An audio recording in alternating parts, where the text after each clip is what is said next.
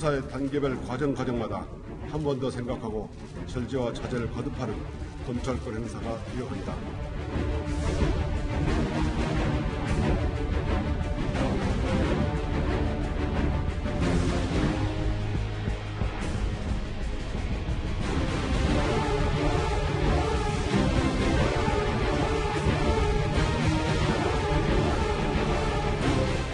경찰이 피의자를 심하게 몰아가거나 아니면 반칙을 쓰는 쉽게 말해서 가혹 수사를 하고 그런 걸 막아주는 내부리는데.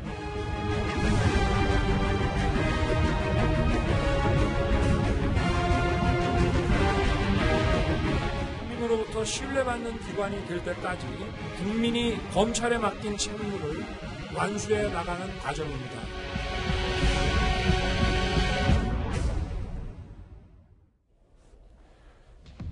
예, 오늘 뉴스탑10은 여기부터입니다. 1위가 바로 나왔네요. 검찰 내부 기류 심상치가 않습니다. 서울중앙지검 검사들이 추미애 장관의 이 직제 개편안에 대해 반대하는 공문을 조만간 보낼 것으로, 대검에 보낼 것으로 보이는데요. 검찰의 반발이 가장 먼저 향한 곳은 바로 이성윤 서울중앙지검장입니다. 수사의 단계별 과정마다 한 번 더 생각하고 절제와 자제를 거듭하는 검찰권 행사가 필요합니다. 제가 든든하게 최선을 다해 여러분의 방패막이가 되겠습니다. 네, 이제부터 얘기 좀 하나하나 해볼게요. 먼저 이도원 의원님. 네. 지난주에 이 검찰 직제 개편안이 발표되고 좀 있다가 이제 국무회의에서 의결까지 앞두고 있는데 지금 보면 이거에 대해서 반대 공문을 낸다. 본격적으로 검사들도 반기를 든 겁니까? 반기를 드는 건 아니고 합법적인 절차에 따라서 반대 의견을 제시한 거죠. 법무부에서 16일 오늘까지 의견을 달라고 했기 때문에 그동안 대검 기획조정부가 서울중앙지검 등에서 의견, 검사들의 현장 의견을 수렴해가지고 오늘 모아서 이제 법무부에 전달하는데 직제 개편의 가장 기본적인 내용은 검찰이 직접 수사하는 부서 13개를 폐지해서 10개를 형사부로 보내고 3개를 공판부로 이제 바꾸는 건데 아무래도 검찰청 내에서 가장 조직이 큰 서울중앙지검이 가장 큰 변화를 맞겠죠. 일단 반부패 수사부가 4개에서 2개로 줄고 공공수사부는 3개에서 2개로 줄고 조세범죄조사부 그다음에 과학기술범죄수사부 여기가 다 형사부로 전환이 됩니다. 근데 여기에 대해서 그러면 검사들은 왜 반대 의견을 내냐? 첫째는 범죄 대응 역량이 많이 이제 떨어진다는 거죠. 반부패 수사부 같은 경우에는 이전에 이제 특수수사부 굉장히 중요한 범죄를 수사해야 되는데 아무래도 조직이 축소되면 수사 역량이 떨어지고 또 현재 울산시 하명 수사 및 선거 개입 의혹이 여기서 수사 중이고 또 조국 일가에 대한 마무리 수사나 공소유지도 여기서 맡아야 되기 때문에 문제를 제기하는 거고 공공수사부 같은 경우 지금 말씀드린 이제 울산 사건과 관련이 있고 그다음에 이제 조세범죄수사부는 최근에 어떤 공직자나 정치인들과 관련된 뇌물이나 금품 사건은 단순히 옛날처럼 돈을 주고받는 게 아니라 여러 가지 첨단 금융, 세금 이런 활동을 통해서 나타나기 때문에 만약에 조세범죄수사부가 폐지가 된다면 이런 범죄에 대한 대응을 하기가 굉장히 어려워진다. 이런 의견을 전반적으로 수렴해서 오늘 법무부에 전달하는 겁니다. 그럼 이제 반대 공문이잖아요. 그렇죠. 조수진 부장. 그러면 이 직제 개편안으로 이게 정말 추진이 된다면 윤석열 팀 수사팀이 자연스럽게 해체가 되는 건 그런 수순이 되는 겁니까? 당연합니다. 우선 이 직제 개편안의 문제점은요. 이 정책의 일관성이 전혀 없다는 부분입니다. 이번에 이 연말국회에서 검경수사권 조정안 이 문제를 일방적으로 강행 처리하지 않았습니까? 이 검경수사권 조정안의 핵심은 경찰로 하여금 스스로 수사의 개시와 종결까지도 경찰에 전부 다 일임한다. 이런 내용이거든요. 그렇다면 그 법안에 맞춰서 한다면 검찰에서 형사부가 축소되는 게 맞죠. 그리고 이 경찰에서의 종결 사건에 대해서 물론 시민들이 검찰에 다시 한번 판단을 해달라 이렇게 요청할 수 있습니다. 그건 어디서 하느냐? 바로 고등검찰청에서 합니다. 그렇다면 이 직제 개편안도 고검의 인원을 늘리는 쪽으로 가야 되는 겁니다. 그리고 검경수사권 조정에서 형사부 사안을 경찰에 대폭 넘긴다면 결과적으로 남는 것은 거악의 적결이라는 그 본류에 충실해야 되거든요. 그런데 거하게 척결을 할 수 있는 특별수사부를 줄여버린다? 이거는 검찰의 수사 능력 자체를 위축시키겠다. 이렇게밖에 풀이될 수가 없기 때문에 논란이 큰 겁니다. 알겠습니다. 이동현 의원님, 근데 참 공교로운 부분이 있어요. 이 직제 개편안을 법무부 검찰국장 시절에 이성윤, 지금 서울중앙지검장이 만들었는데 지금 신임 지검장이 되고 나서 이 의견들을 중앙지검 검사한테 받은 거잖아요. 본인이 받는 거를 본인이 받아서 반대 의견을 대검에 전달한다. 뭐 이런 부분일 겁니다. 지금 이성윤 지검장이 처해 있는 그 위치를 상징적으로 얘기하는 거죠. 그러니까 직제 개편안은 이제 기본적으로 실무적으로는 검찰국의 검찰과에서 만들어서 이제 이성윤 검찰국장이 결재를 한 라인인데 본인은 이제 그 조직을 대폭 줄이는 걸로 그 안을 내놨는데 지금 의견을 현장에서 검사들한테 수렴하니까 거기에 반대한다. 그런데 이 검사들의 그 의견을 어떤 이성윤 지금 지검장의 의견을 가미해서 조금 고쳐서 지금 대검에 올리기는 굉장히 어려운 분위기입니다. 그래서 일단 보낸 것 같고 사실 어제 그 이성윤 지검장이 곧 떠나게 될 가능성이 높은 1, 2, 3차장하고 같이 그 점심 식사를 했다는데 분위기는 뭐 아주 나쁘지는 않은 것 같았습니다. 그렇지만은 속에서 생각하는 마음은 조금 다를 수가 있겠죠. 오늘은 지금 이제 저 의견서 관련해서 이런 상황에 빠졌지만 앞으로는 이성윤 그 지검장이 또 다른 좀 진퇴양난의 분위기에 빠질 수도 있습니다. 왜냐하면은 이성윤 지검장을 임명한 거는 뭐 청와대라고 봐야 되겠죠. 대통령의 신임이 굉장히 뭐 두텁다고 봐야죠. 그 현 정부 들어서 검찰의 그 요직 가운데 가장 중요한 요직 3개를 거쳤으니까요. 그러니까 청와대의 관계를 생각하지 않을 수 없고 법무부와의 관계를 생각하지 않을 수 없는데 또 현장에서 수사하는 검사들은 조금 분위기가 다르죠. 오늘 반대 의견서에 나타난 것처럼 그럼 위와 아래에서 의견이 부딪힐 때 이성윤 지검장이 그걸 어떻게 조정하고 리더십을 발휘할 수 있을지 굉장히 지금 쉽지 않은 상황에 처했다고 볼 수 있겠습니다. 네, 지금 현 정부의 가장 큰 문제점이 과거의 발언을 지금 와선 뒤집는 게 그게 가장 문제입니다. 자기 부정이 너무나 횡행해요. 가령 문재인 대통령 같은 경우는 과거에 박근혜 대통령 시절에 검찰 수사에 대해서 독려를 했었습니다. 그런데 지금은 아니죠. 추미애 법무부 장관 같은 경우에도 과거에 윤석열 검사가 좌천됐을 때 정원 국무총리를 상대로 질의를 하지 않았습니까? 검찰 이렇게 정치적으로 중립을 지키지 않는다면 검찰이 바로 설 수 없다. 이렇게 해놓고 지금 자신이 검찰의 중립을 훼손하고 있거든요. 조국 전 법무부 장관의 말과 행동이 다른 것은 뭐 더 이상 논평할 필요도 없습니다. 그런데 중요한 것은 이성윤 서울중앙지검장은 이런 정치인이 아니라 검사라는 것입니다. 그렇죠. 권력은 짧고 검사는 검사여야 됩니다. 그것을 바로 후배 검사들이 요구하고 있는 겁니다. 본인이 만든 그러니까 직제 개편안을 다시 이제 반대 의견을 통해서 대검에 전달해야 되는 좀 공교롭게 됐기 때문에 그런데 이런 검찰의 반대 의견과는 상관없이 추미애 장관은 직제 개편을 넘어서 이제 중간 간부 인사를 곧 단행할 것으로 보입니다. 법무부는 무려 18명의 부장검사급 직위 공모를 알렸습니다. 제가 인사를 함에 있어서는 전문성, 능력 또 그간의 성과 등을 고려해서 배치한 인사였습니다. 이 얘기예요. 김종욱 교수님 저하고 화면 같이 보실게요. 검찰 주요 보직 대규모 내부 공개 모집해서 부장검사 18자리. 그런데 글쎄요. 뭐 지금 법무부 얘기는 뭐 전부 교체되는 건 아니고 18자리 정도는 통상적으로 교체한다고 하는데 지금 약간 인사태풍과 맞물리면서 이게 좀 인원수가 많다는 생각도 좀 들거든요. 저는 법무부가 좀 사실대로 설명했으면 좋겠어요. 작년 7월 달에 620명 인사단행을 하고 난 다음에 7개월 만에 다시 18자리를 인사를 하는데 그게 통상적인 규모다? 저는 오히려 솔직하게 공수처법 통과됐고 공정수사권 조정됐으니까 검찰개혁 내부를 하기 위해서 직제 개편한 거고 어쩔 수 없이 불가피하게 다시 한번 7개월 만에 할 수밖에 없었다라고 국민들한테 사실대로 설명하는 게 좀 더 중요하다고 보는 거고요. 근데 문제는 뭐냐면 직제 개편의 의미는 알겠습니다. 옛날에 공안부 특수부 같은 것들을 새롭게 바꿔서 인권 침해를 없애겠다라고 하는 의미는 충분히 알겠는데 지금 국민이 궁금해하는 건 이 문제가 아니라 이런 직제 개편을 통해서 실제적으로 지금 진행되고 있는 살아있는 권력에 대한 수사를 하지 않을 라고 하는 이런 의심들이 분명히 있는 거죠. 그렇다면 법무부와 청와대는 그렇지 않다라고 하는 것들을 설명하지 않는다면 직제 개편이 소위 검찰개혁이나 인권을 보장하기 위한 것이 아니라고 국민들이 분명히 의심할 수 있다는 측면이에요. 전 그래서 적어도 이번 과정에서는 법무부 장관과 검찰총장이 검사 인사와 관련해서 정확하게 의견들을 나누어서 적어도 이런 프로세스상의 문제가 없는 것을 보여주지 않는다면 전 많은 부분들 국민들은 저 직제 개편이 저희 지금 살아있는 권력에 대한 수사를 막으려고 하는 것이 아니야? 라고는 의심은 여전히 남기 때문에 앞으로 수사를 한다고 하더라도 저는 의구심에 대해서 어떻게 수사할 수 있을 것인가라는 측면들에 대한 고려를 해야 된다고 저는 생각을 합니다. 네, 가장 큰 문제는 진정성입니다. 우선 공모라는 것, 공개 모집이죠. 그런데 이 공모를 시작한 시간이 어제입니다. 잠시만요. 마감 시간은 조선님 잠시만요. 네. 아까 그래픽을 한번 볼까요? 아까 공모 그래픽 한번 부탁을 드리겠습니다. 네, 계속 말씀하십시오. 네, 공모를 시작한 시간 어제입니다. 공모한다고 발표한 시간 어제예요. 예. 공모 마감이 오늘입니다.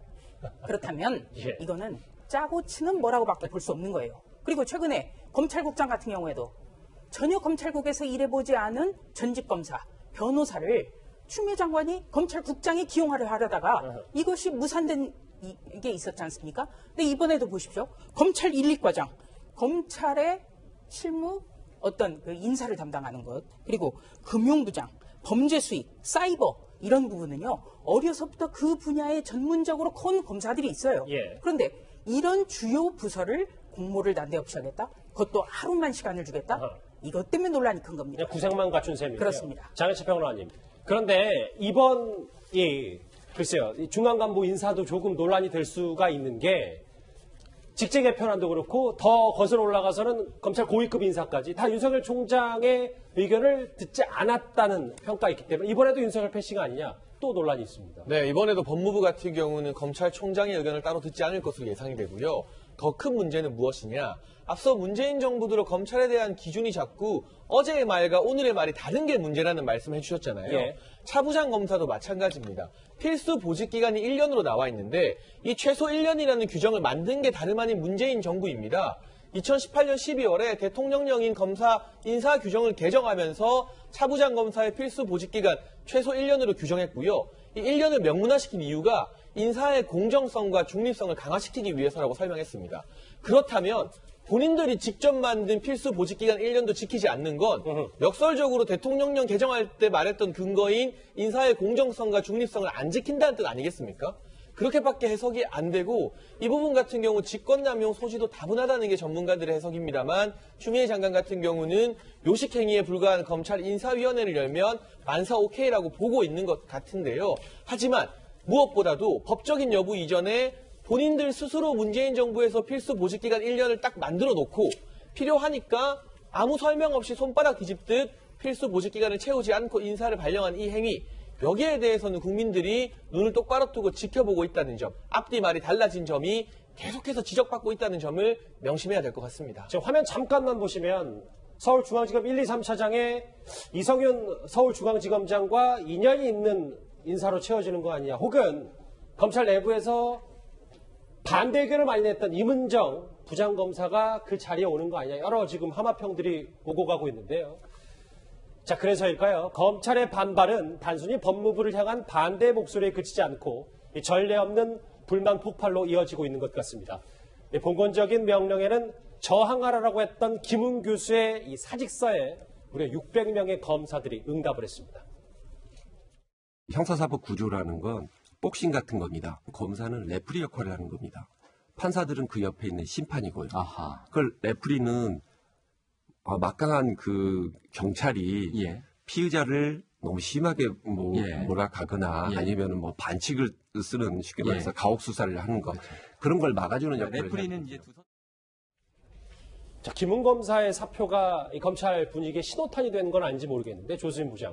특히 이 보시면 좌천됐던 인사들도 이 댓글들을 달면서 동참을 좀 했더라고요. 네, 이거는 좌천 여부와 관계없이 정말 검사들이 전폭적으로 지지하는 그런 글들을 남기고 있습니다. 우리 전체 검사들이 2천여 명입니다. 2,000명 중에요, 600여 개의 댓글이 달렸습니다. 그리고 검사들이 인사를 앞두고 실명으로 그것도 달고 있습니다. 이것 자체가 굉장히 소중한 겁니다. 600여 개의 댓글, 2천여 명 중에 600여 개, 30%의 검사들이 자신의 이름을 걸고 이것을 지지하고 있습니다. 왜냐? 바로 글의 내용 때문입니다. 이 김문 검사가 검사를 향해서 인사나 보직에 연연하지 말라. 봉건적 명예는 고역하라. 우리는 민주시민이다. 추악함의 복종에 겨우 얻을 수 있는 것은 잠깐의 영화일 뿐이고 평생의 더러운 이름이 남는다. 예. 이런 진짜 그 열변을 토했거든요. 이게 어떻게 보면 검찰 내의 죽빗소리입니다. 그렇기 때문에 열광하고 있는 겁니다. 예. 뭐 그럼에도 이렇게 꿈틀대는 검찰 내부 분위기, 그런데 당과 청와대는 그리 신경 쓰지 않는 것 같습니다. 과거 이 검찰을 겨냥했던 조국정 장관의 발언과 오늘 이해찬 대표의 말 각각 한 번씩 들어보실까요? 검찰에서 법무부 장관 뒤를 팔 가능성이 있거든요. 소문을 흔들어가지고 낙마시킬 수도 있는 그런 조직이라고 봅니다. 집단 항명을 하셔서 사표를 제출하면 다 받으면 됩니다. 로스쿨 졸업생 중에서 검사 보호하겠다는 사람 많거든요. 검사보 대거 채용해서 새로운 검찰을 만들면 된다고 봅니다. 옛날에는요, 검사실에서 부탁까지 했습니다. 아주 쌍욕하는 건 뭐 예사로운 일이고 교육시키라고 합니다. 교육시키라면 두들겨 패라는 얘기예요, 그게. 그런 짓을 능사로 했지 않습니까? 이도현 의원님. 네. 특히 조 전 장관은 뭐 사표 다 받으면 된다는 말보다 저 지금 마지막 이해찬 대표의 말 있잖아요. 그러니까 검찰개혁이 왜 필요한지, 검찰이 그동안 얼마나 잘못된 일을 했는지 과거 얘기를 좀 오늘 여당 대표가 했습니다. 그러니까 지금 현 정권의 그 검사에 대한 인식, 검찰에 대한 인식은 1980년대 또는 이제 이해찬 대표는 1970년대겠죠. 당시 운동권 시절에 어떤 형성된 인식에서 많이 바뀌지가 않은 것 같아요. 그래서 현재 그 전국의 검사가 한 2,100명이 좀 넘습니다만, 현 정권은 아마 2,100명의 검찰 조직 전체를 개혁 대상으로 생각을 하는 것 같습니다. 사실 윤석열 총장 체제 이전에도 문무일 그 검찰총장이 이른바 적폐 수사에 대한 어떤 그 피로감 내지는 부담감을 느끼고 이제 연내에 마무리한다고 하니까 그 여당에서 굉장히 강력하게 반발하면서 비판한 적이 있었죠. 예. 지금도 이제 그 현 정권에 대한 그 수사가 시작되는 국면에서 다시 한번 여권과 그 검찰이 굉장히 강하게 지금 부딪히고 있는 거죠. 조국 교수의 말을 따르면 좀 극단적이긴 한데 그 만약에 검사들이 그 항명의 표시로 사표를 낸다면 다 받자. 그래서 2,000명이 다 나가도 지금 로스쿨 졸업한 변호사가 한 2만 명 정도 되니까 거기서 이제 충원을 하면 된다는 건데 수사라는 것이 그렇게 하루아침에 이루어지는 건 아닙니다. 물론 새로운 인물로 다 충원을 해서 수사를 못하면 가장 그 수혜를 보는 집단은 어딜까요? 그거는 부패를 많이 저지를 수 있는 권력자들이 되겠죠. 그런 상황이 일어나면 안 되고 검사들도 그걸 알기 때문에 지금 여러 가지 조직 개편이라든지 인사라든지 불합리한 점이 굉장히 많다고 생각하지만 의외로 사표를 덜 내고 있지 않습니까? 그런 거를 다 감안한 것으로 보입니다. 예, 네. 좋습니다. 저는 이해찬 대표의 이런 인식을 보면서 정부 여당이 검찰에 대한 인식이 얼마나 잘못되고 위험한가 이것을 다시 한번 느꼈습니다. 지금 이해찬 대표 같은 경우에는요. 검사실에서 구타가 벌어지고 있다. 이런 이야기를 하는데 영화 1987을 한번 생각해 보시자고요. 1987에서 어떻게 됐습니까? 박종철 열사의 고문치사 사건이 누구로 인해서 밝혀졌습니까? 취재하던 기자. 그리고 그것을 위험을 무릅쓰고 출세도 포기하고 확인시켜준 검찰 직원과 검사가 있었습니다. 이게 1980년대입니다. 그리고 이명재 전 검찰총장이라는 분이 물러난 일이 있습니다. 왜냐? 수사관들의 가혹행위로 피의자가 검사실에서 사망을 했어요. 그것 때문에 검찰총장 물러났던 것, 그게 김대중 정부 때입니다. 그렇다면 김대중 정부 때 일이나 1987년 상황도 이해찬 대표는 모르고 있다는 겁니다. 검찰 내부는 일단 뭐 지금 여권의 검찰을 바라보는 시선도 좀 한번 저희가 짚어봤는데 검찰 내부는 며칠째 부글부글 끓는 모양새입니다. 그런데 윤석열 총장은요, 일단 작전상 일부 후퇴를 하는 듯 하는데 대통령의 압박 하루 만에 또 다른 액션을 취했습니다. 국민으로부터 신뢰받는 기관이 될 때까지 국민이 검찰에 맡긴 책무를 완수해 나가는 과정입니다. 국민을 위해 꼭 필요한 곳이 어디인지 오로지 국민을 위해 봉사하는 자세로 최선을 다해 책무를 완수해야 합니다. 장혜철 평론가님 화면 같이 보실게요. 대통령이 그제 그러니까 윤석열 총장에게 공개 경고를 한 지 하루 만에 윤 총장이 또 검찰개혁 추진단을 구성했는데 윤석열 총장 입장에서 전략적 일부 후퇴라고 봐야 됩니까? 좀 어떻게 받아들여야 될까요? 저는 이러한 윤석열 총장의 움직임, 지난 9월에도 마찬가지로 대통령 메시지 이후 자체 개혁안 발표했잖아요. 예. 청와대에게 화해의 손을 내미는 게 절대 아니라고 봅니다. 기본적으로 검찰 개혁의 주체는 검찰 스스로다. 우리가 내부적으로 개혁을 할 수 있는 동력이 있다는 걸 보여주는 것이고요. 그리고 대통령 신년 기자회견 발언에서 조국 전 장관이 검찰 개혁에 큰 기여를 했다고 평가했잖아요. 하지만 지난 맥락을 돌이켜보면 검찰이 발표한 자체 개혁안이 오히려 지금의 검찰 개혁 국면에서 훨씬 더 실효적인 역할을 했습니다. 조국 전 장관이 아니라 윤석열 체제의 검찰이 내부 개혁을 해낸 겁니다. 오랜 준비를 통해서. 예. 이번에도 마찬가지인 것이고 그럼에도 불구하고 윤 총장 관련된 살아있는 권력 수사 멈추지 않고 있지 않습니까? 그렇다는 것은 검찰의 권력을 향한 수사, 조국 전 장관을 향한 수사가 결코 검찰 개혁에 저항하기 위한 방편인 것이 아니라 우리는 개혁은 개혁대로 하고 나쁜 사람들 있다면, 혐의가 있다면 그게 살아있는 권력이든 대통령 측근이든 누구든 상관없이 수사는 계속 하겠다는 일종의 그런 전략적 포석으로 보이고요. 검찰이 내부적으로 개혁 동력을 계속 살려나가면 이 국면을 바라보는 국민들의 여론도 뒤집히게 될 겁니다. 이미 벌써 추미애 법무부 장관의 검찰 인사 해도 너무한 거 아니냐는 여론이 여러 여론조사 지표에 반영되고 있는 움직임을 볼 때 예. 검찰 스스로 개혁에 호응하되 수사는 계속 뚝심 있게 해가는 모습 보인다면 지금 중도층과 무단층 국민들이 윤석열 체제의 검찰을 추미애 체제의 법무부보다 훨씬 더 많이 믿어주고 지지해줄 가능성이 저는 더 크다. 그런 것들을 고려한 포석이라고 해석이 됩니다. 알겠습니다. 자, 이 서울중앙지검 검사들의 이 직제 개편안 반대 공문 얘기 첫 번째 반격의 시작 첫 번째 주제를 짚어봤고요. 다음 주제 윤석열 총장 검찰 얘기 다음 주에서 만나보겠습니다.